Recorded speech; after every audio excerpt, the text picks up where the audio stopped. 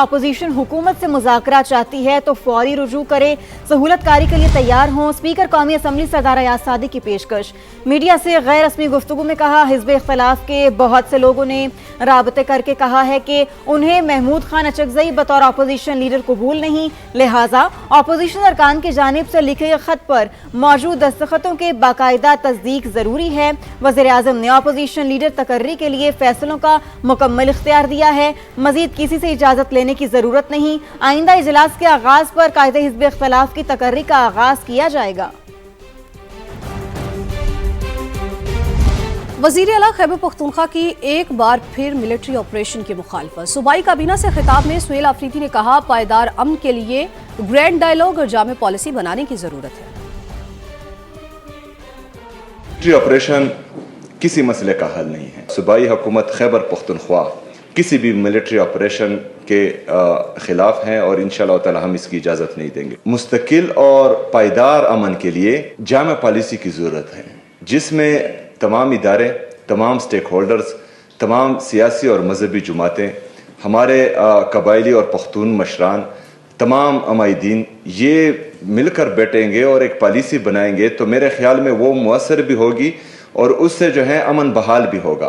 पंजाब को ज्यादा पैसा मिलने की बात गलत है। तमाम सूबों को आबादी के हिसाब से हिस्सा मिलता है, कमी सिर्फ खिदमत के जज्बे की है। वजीर आला पंजाब मरियम नवाज का नेशनल वर्कशॉप बलोचिस्तान के शुरका से खिताब। कहा, सियासत जोड़ तोड़ का नहीं, अवाम की खिदमत का नाम है।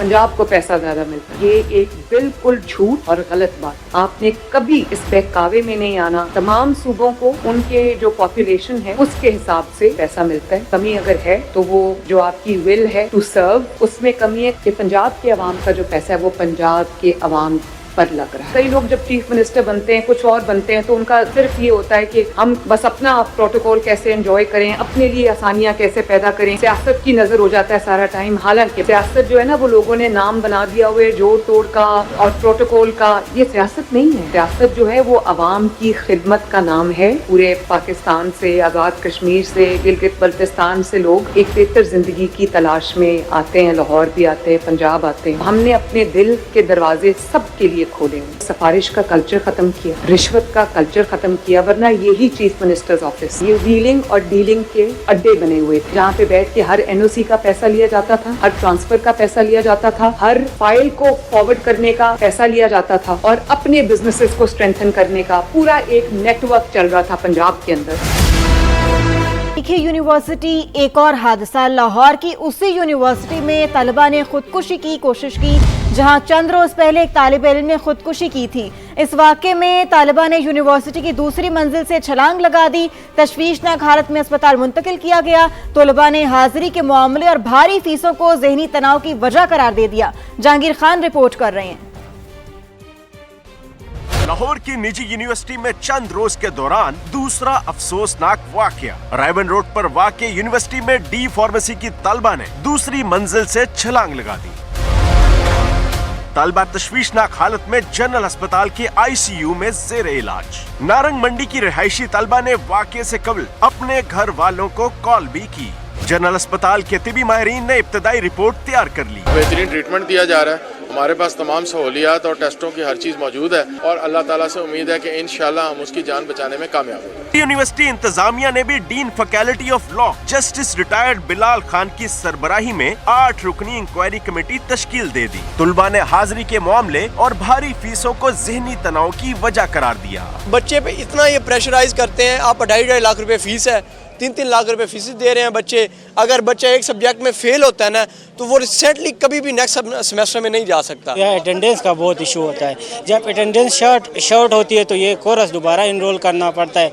एक सब्जेक्ट की कम से कम 20 से 25 हज़ार रुपये पे करके फिर दोबारा ये सब्जेक्ट इनरोल करना पड़ता है। चंद रोज कबल इसी यूनिवर्सिटी में डी फार्मेसी के एक और तालिब इल्म ने इमारत से कूदकर खुदकुशी कर ली थी। कैमरा टीम और साथी रिपोर्टर दानियाल उमर और उस्मान अलीम के साथ जहांगीर खान, समा, लाहौर। कराची में एक और हादसे ने बाप से लखते जिगर छीन लिया। मंगो पीर में 7 साल के आरिफ को वाटर टैंकर ने कुचल दिया। बच्चे के वालिद का कहना है बहुत आवाजें दी मगर टैंकर वाले ने एक न सुनी। आंखों के सामने बच्चे की जान ले ली। अब केस चलेगा, तफ्तीश भी होगी मगर इंसाफ नहीं मिलेगा।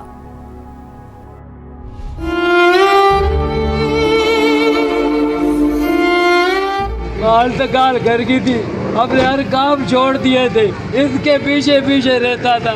अचानक टैंकर वाले को आवाज़ें मार रहे, भाई बच्चा देखना, और उसने नहीं देखा, पीछे चढ़ा दिया। अब कौन इंसाफ देगा? पैसे लेके छोड़ देगी, ये शॉट ले लो, सब कुछ ले लो, इंसाफ क्या नहीं मिलेगा,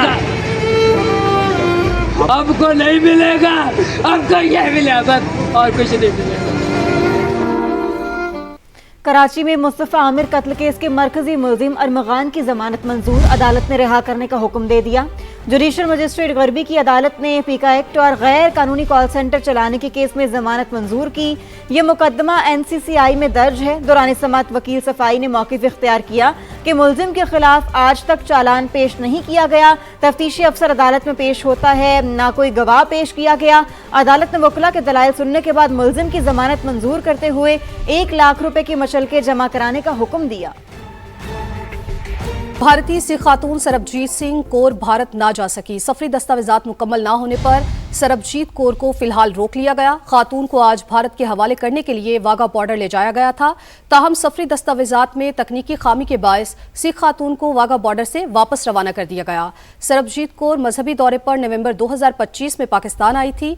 भारतीय सिख यात्री पाकिस्तान में मर्जी से रुपोश हो गई थी। सरबजीत कौर ने मुबैना तौर पर मजहब तब्दील करके नया नाम रख लिया था। नूर के नाम से नासिर नामी शहरी से मुबैना निकाह भी किया था। पाकिस्तान स्टॉक मार्केट की ऊंची उड़ान, तेजी के रिकॉर्ड तोड़ दिए। एक दिन में 4,900 पॉइंट्स की तेजी, 4 नए संगे मील भी उबूर कर लिए। कारोबार के अख्ताम पर 100 इंडेक्स में 3,337 पॉइंट्स का इजाफा 1,82,408 की सतह पर बंद हुआ। दूसरी तरफ सोने की कीमत को भी पर लग गए। 24 कैरेट सोना 9,200 रुपये महंगा 4,64,762 रुपये फी तोला हो गया। किसी एक मुल्क का खुद को दुनिया का मुंसिफ समझना कबूल नहीं। वेनेजुएला में अमरीकी कार्रवाई पर चीन का रद्द-ए-अमल। बीजिंग में मीडिया से गुफ्तगू में वजीर खारजा वांग यी ने कहा, चीन ने कभी ये तस्लीम नहीं किया कि कोई मुल्क दुनिया का पुलिसमैन बन सकता है। बैनुल-अक़वामी कानून के तहत तमाम ममालिक की खुद मुख्तारी का तहफ़्फ़ुज़ होना चाहिए।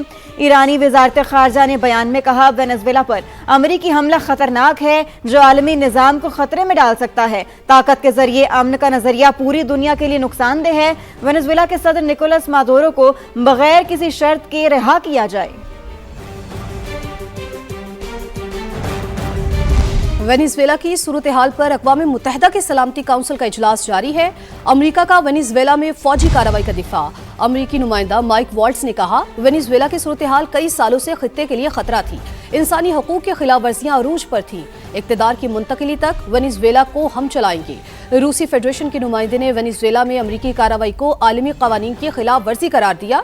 बोले, इससे खित्ता अदम इस्तेहकाम का शिकार होगा। चीन ने भी अमरीकी इक़दाम की शदीद अल्फाज में मजम्मत की। कोलंबिया ने भी अमरीकी कार्रवाई की मुखालफत की।